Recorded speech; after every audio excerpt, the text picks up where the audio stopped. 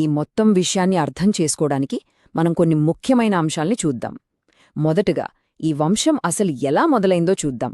ఆ తర్వాత తరతరాలుగా ఒకేలా రిపీట్ అయ్యే ఒక ప్యాటర్న్ గురించి తెలుసుకుందాం.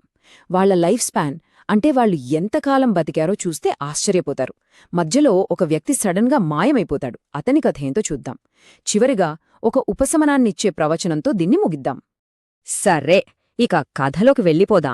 ఎక్కడ్నుంచి మొదలుపెట్టాలి? కరెక్ట్, ఆరంభం నుండి, అంటే ఆదము దగ్గర నుండి. ఈ మొత్తం వంశపారంపర్యానికి మూలమతనే కదా. ఇక్కడ చూడండి, ఈ నంబర్స్ చాలా ఆసక్తికరంగా ఉంటాయి. ఆదాముకి 130 ఏళ్ల వయసులో షేతు పుట్టాడు. ఆ తర్వాత మరో 800 సంవత్సరాలు బతికాడు. అంటే మొత్తం జీవితకాలం ఏకంగా 930 సంవత్సరాలు. ఈ నంబర్స్ కేవలం ప్రారంభం మాత్రమే, ఎందుకంటే ఇవి ఒక ప్యాటర్న్ సెట్ చేస్తున్నాయి.